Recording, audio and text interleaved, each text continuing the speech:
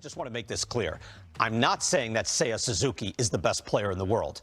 He is, though, a lot closer than we probably thought. And I am saying if you were able to build a perfect player on, say, a video game, a lot of the attributes that you would give that perfect player are the ones that Seiya Suzuki possesses in the real world. Let's do some digging in. Seiya Suzuki played 9 seasons for Hiroshima in Japan. He debuted at the age of 18. He had a balanced slash line, a healthy .315 batting average, .414 on base, and a slugging percentage of .570. He's a power hitter. Suzuki is still in his prime. This is his age 27 season. The Cubs signed him to a 5-year, $85 million contract in the offseason. That's $17 million a year. That's real money. But it looks like a fantastic investment. I realize it's early. I mean, it's not even 3 weeks into the season. I get it. But he's hitting .354. He has a .492 on base, .688 slugging percentage. This for a guy who has never seen these pitchers before. He's never played in the league. He's never lived in the country. And he had a truncated spring training. That itself is remarkable.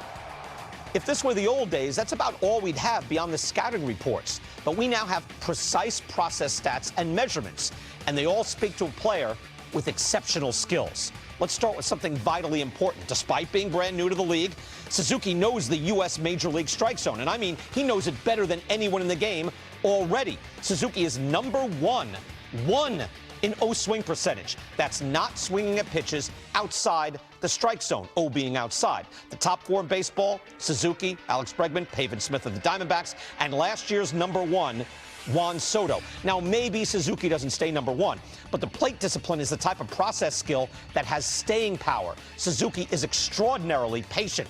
His swing percentage, also the 4th lowest in the league. Now, players can get off to hot starts, but let's dig deeper and look at the process stats, the quality of the contact. Suzuki's exit velocity is good. It's in the 69th percentile of the league, but it's his consistency that's elite. According to StatCast, powered by Google Cloud, Suzuki is in the top 5 in barrels per swing this year. That's hitting the ball up around 100 miles an hour at a good angle, while also counting your swings and misses. This is a great stat. That's the combo platter, hitting the ball hard, making contact. And in xWOBA, by the way, overall measurement of the quality of contact, Suzuki is 21st. Hot start, yeah, but his process stats show he is one of the best hitters in the major leagues in the United States. Not only that, check out his early spray chart. Seiya Suzuki, because he hits the ball to all fields, has yet to face a shift.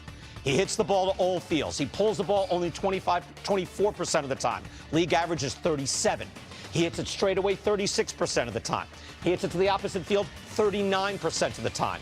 So I'd like to point out to everyone who says we have to ban the shift, Seiya Suzuki, who's been here 1 month, doesn't seem to need your help.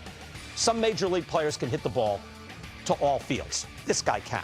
But wait, there's more. No, we don't see that a lot of fielding stats as of yet, but his base running is quite good and his speed is excellent. Suzuki, on top of everything else, is one of the 10 fastest men in the major leagues. He's tied for 14th in sprint speed.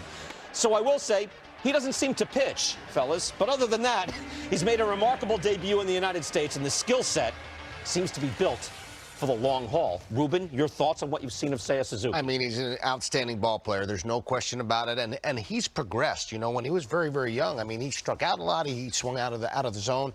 He's really learned the strike zone. He's learned himself. He's even made adjustments during the course of the spring and the early part of the season.